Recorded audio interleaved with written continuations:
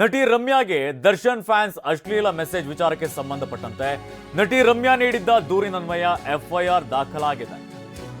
ಕೇಂದ್ರ ವಿಭಾಗದ ಸೆಂಟ್ ಠಾಣೆಯಲ್ಲಿ ಎಫ್ಐಆರ್ ದಾಖಲಿಸಲಾಗಿದೆ.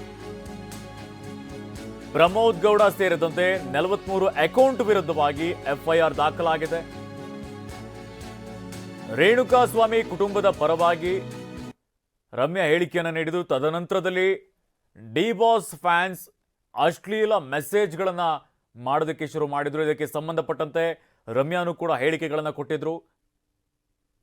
ಇನ್ನೊಂದು ಕಡೆಯಲ್ಲಿ ದೂರನ್ನ ನೀಡ್ತೀನಿ ಅಂತ ನಿನ್ನೆ TV9 ಜೊತೆ ಮಾತನಾಡಿದಂತಹ ಸಂದರ್ಭದಲ್ಲೂ ಕೂಡ ಹೇಳಿದ್ರು. ಈಗ ಎಫ್ಐಆರ್ ದಾಖಲಾಗಿದೆ. ನಟಿ ರಮ್ಯಾಗೆ ದರ್ಶನ್ ಫ್ಯಾನ್ಸ್ ಅಶ್ಲೀಲ ಮೆಸೇಜ್ ವಿಚಾರಕ್ಕೆ ಸಂಬಂಧಪಟ್ಟಂತೆ ರಮ್ಯಾ ನೀಡಿದ ದೂರಿನನ್ವಯ ಎಫ್ಐಆರ್ ಅನ್ನ ದಾಖಲಿಸಲಾಗಿದೆ. ಕೇಂದ್ರ ವಿಭಾಗದ ಸೆಂಟ್ ಠಾಣೆಯಲ್ಲಿ ಎಫ್ಐಆರ್ ದಾಖಲಿಸಲಾಗಿದೆ. ಪ್ರಮೋದ್ ಗೌಡ ಸೇರಿದಂತೆ 43 ಅಕೌಂಟ್ಗಳ ವಿರುದ್ಧವಾಗಿ ಎಫ್ಐಆರ್ ದಾಖಲಿಸಲಾಗಿದೆ. ಸೋಷಿಯಲ್ ಮೀಡಿಯಾದಲ್ಲಿ ನಟಿ ರಮ್ಯಾಗೆ ಅಶ್ಲೀಲ ಮೆಸೇಜ್ಗಳನ್ನು ಕಳುಹಿಸಲಾಗಿದೆ.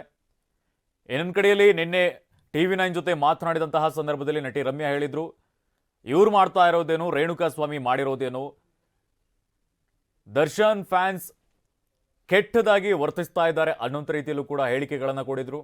ಇನ್ನೊಂದು ಕಡೆಯಲ್ಲಿ ಯಾರೆಲ್ಲ ಕೆಟ್ಟದಾಗಿ ಮೆಸೇಜ್ಗಳನ್ನು ಮಾಡಿದ್ದಾರೆ ಅವರ ವಿರುದ್ಧವಾಗಿ ಎಫ್ಐಆರ್ ಅನ್ನ ದಾಖಲಿಸ್ತೀಲಿ ಅಂತ ನಟಿ ರಮ್ಯಾ ತಿಳಿಸಿದ್ರು. ಈಗ ಎಫ್ಐಆರ್ ದಾಖಲಾಗಿದೆ.